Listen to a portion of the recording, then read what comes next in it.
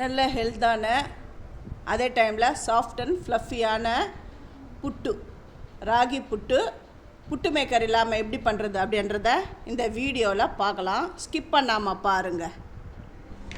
இப்போ இந்த ராகி மாவு எடுத்திருக்கேன்.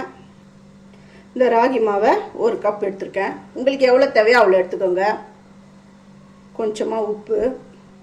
இந்த உப்பை இந்த மாவில் எல்லா இடத்துலையும் பரவுற மாதிரி கலந்துக்கோங்க.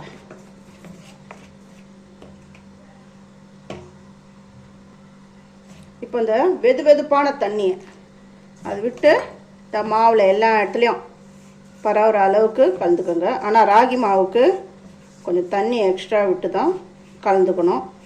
அதுக்காக ரொம்ப விட்டுறக்கூடாது. இது மாவில் எல்லா இடத்துலையும் பரவிடுது அப்படின்னு எப்படி தெரிஞ்சுக்கிறது அதையும் நான் உங்களுக்கு இந்த வீடியோவில் காமிச்சிடுறேன். அப்படி பிடிச்ச கொழுக்கட்டை மாதிரி படுதா ஜாமத்தினா உடையுது பாருங்க. இந்த அளவுக்கு இருக்கணும்.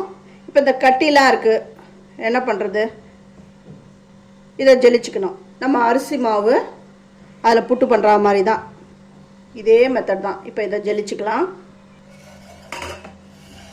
இல்லைன்னா மிக்சியில் கூட போட்டு ஒரு அடி அடிச்சுக்கோங்க. அப்படின்னா ரொம்ப இல்லை, இந்த பல்ஸ் மோடில் வச்சு ஒரு ரெண்டு தடவை அப்படி போட்டிங்கனாலுமே சரியாக போடும். நல்லா இப்படி தொழில் விட்டிங்கன்னா அந்த கட்டிகள்லாம் இல்லாமல் அதை இருங்க மாவு அப்படியே விடுது பாருங்கள். அதெல்லாம் தெரியுதா, இந்த அப்படி விழுந்துடும். கட்டிகள் இல்லாமல் இந்த உதிரி உதிரியாக வந்துடுது பாருங்கள். இந்த மாதிரி வரணும். இப்போ என்ன பண்ணணும் அப்படின்னா, அதே மாதிரி 2 டம்ளர் எடுத்திருக்கேன். இந்த தேங்காய் துருவலை இதில் அப்படியே போட்டுடுறேன்.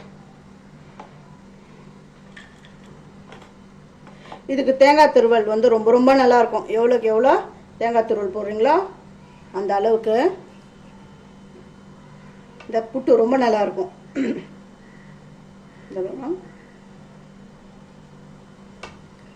அப்படியே அமுத்தியெல்லாம் போடக்கூடாது.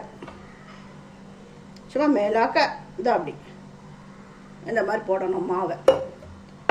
நான் கிட்ட காட்டுறேன். தப்புங்க.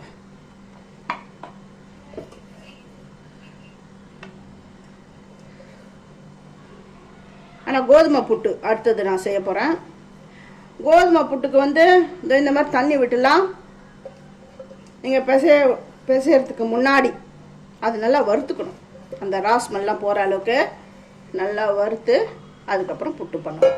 இந்த மாவில் இந்த போட்டேன். இதுக்கு மேலே தேங்காய் துருவலை இஷ்டம் இருக்கிறவங்க அப்படி மேலே போட்டுக்கலாம், நம்ம இஷ்டம்தான். இந்த கேரட் துருவல் இருந்தால் கூட நீங்கள் போட்டுக்கலாம், நல்லா கலர்ஃபுல்லாக இருக்கும்.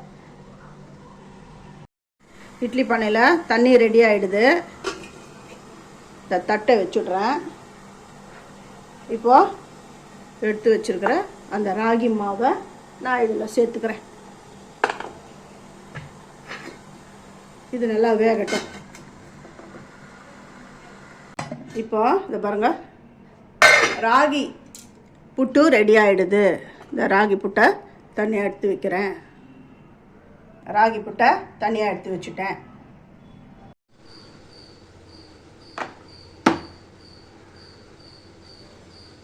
நல்லா பர்ஃபெக்டாக வந்திருக்கு பாருங்கள்.